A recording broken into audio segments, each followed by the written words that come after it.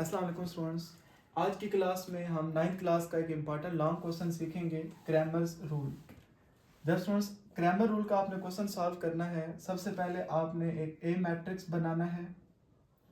ए matrix students, ये जो आपको क्वेश्चन दिया हुआ है इसको बोलते हैं सिस्टम ऑफ लीनियर इक्वेशंस। आपने इसके कोफिशिएंट्स का बनाना है। एक्स का कोफिशिएंट क्या है? 2, वाई का कोफिशिएंट -2, एक्स का कोफिशिएंट -5 और वाई का कोफिशिएंट -2 है। आपने इस तरह ए मैट्रिक्स जो है वो कंस्ट्रक्ट करना है। जब ए मैट्रिक्स आप बना लें, इसके बाद आपने ए एक्स मैट्रिक्स बनाना है। ए एक्स मैट्रिक्स जब आपने स्टूडेंट्स बनाना है तो जो ए मैट्रिक्स बना है इसका एक्स वाला कॉलम, ये पहले एक्स वाला समझें और दूसरा आप वाई वाला। तो एक्स कॉलम आपने इसके ऊपर हाथ रख लें, इसको आप डिलीट कर दें। वहां पर आपने जो इक्वल के इधर एंट्रीज लिखी हुई हैं वो आपने वहां पर लिखनी है। तो क्या आ जाएगा? 4 - 10।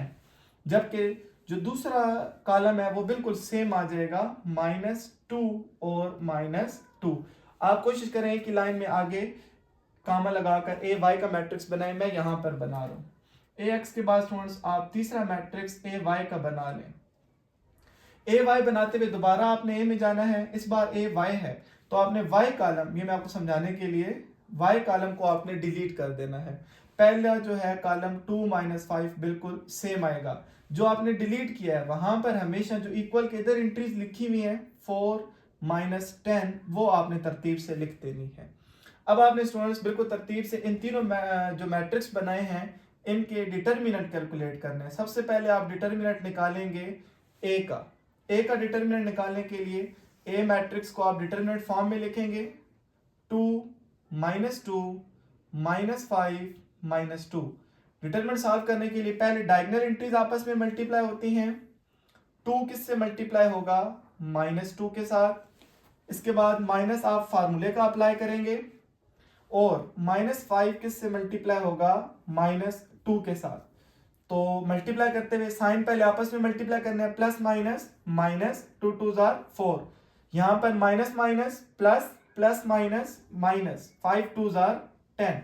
-4 -10 ये स्टूडेंट्स टोटल बन जाएंगे -14। ये आपने निकाल लिया है ए का डिटर्मिनेंट।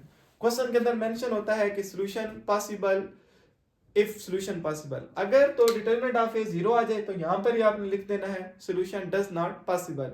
ये मेरा 0 नहीं आया तो क्वेश्चन आगे आपने प्रोसीड करना है। डिटरमिनेंट ऑफ ए निकालने के बाद स्टूडेंट्स हम यहां पर आगे कंटिन्यू कर रहे हैं। अब हम ए एक्स का डिटरमिनेंट निकालेंगे।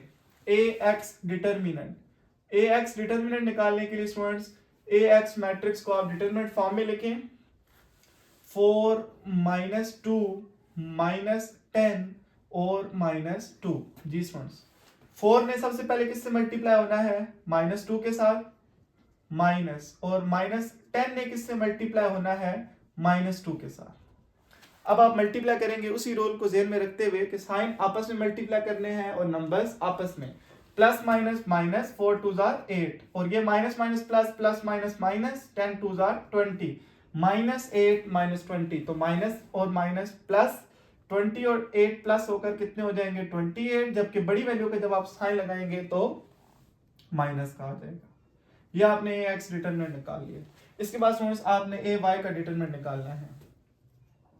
ए वाई डिटरमिनेंट इक्वल टू, जी स्टूडेंट्स ए वाई क्या आ रहा है? 2 4 -5 और -10। अब इनको आप मल्टीप्लाई करें। 2 ने पहले किससे मल्टीप्लाई होना है? -10 के साथ, माइनस, और -5 ने किससे मल्टीप्लाई होना है? 4 के साथ। जी स्टूडेंट्स, अब plus minus minus, 10 2 20, minus minus plus, 5 4 20, -20 plus 20, answer is 0। A Y का डिटरमिनेंट 0 आया है, बेशक 0 आ जाए इससे फर्क नहीं पड़ता। अब आपने मेन इस क्वेश्चन में किस किस की वैल्यू फाइंड करनी है? एक्स की और वाई की, यानी कि वो वैल्यूज जो हम यहां पर आकर पुट करें तो दी गई इक्वेशन क्या हो उस वैल्यूज के लिए ट्रू हो जाए। तो एक्स निकालने का स्टूडेंट्स आपने फार्मूला अप्लाई करना है, A X determinant divided by A determinant, और y निकालने के लिए स्टूडेंट्स आपने फार्मूला अप्लाई करना है, A Y determinant divided by A determinant. बस अब आप इसमें वैल्यू पुट करेंगे, x का भी जवाब आ जाएगा और y का भी। जी वैल्यू पुट करते हैं। ए एक्स डिटर्मिनेंट कितना था, -28, और a का डिटर्मिनेंट कितना था, -14। तो आप इनको सॉल्व कर लें, माइनस माइनस प्लस, या फिर आप कह लें कि माइनस माइनस से कट कर दिया है, और 14 का टेबल 28 पर कितने टाइम चला गया है, 2 टाइम। तो x का आंसर 2 आ गया है। y का आंसर निकालने के लिए ए वाई डिटर्मिनेंट, ये देखिए ये कितना आया हुआ है, 0। a का डिटर्मिनेंट दोबारा पुट किया, माइनस का 14, 0 के साथ कोई भी नंबर डिवाइड हो तो आंसर 0 आता है, तो y इक्वल टू 0। तो ये आपके x का आंसर आ गया है 2 और y का आंसर आ गया है 0। तो क्रैमर रूल आपके लिए निहायत आसान है।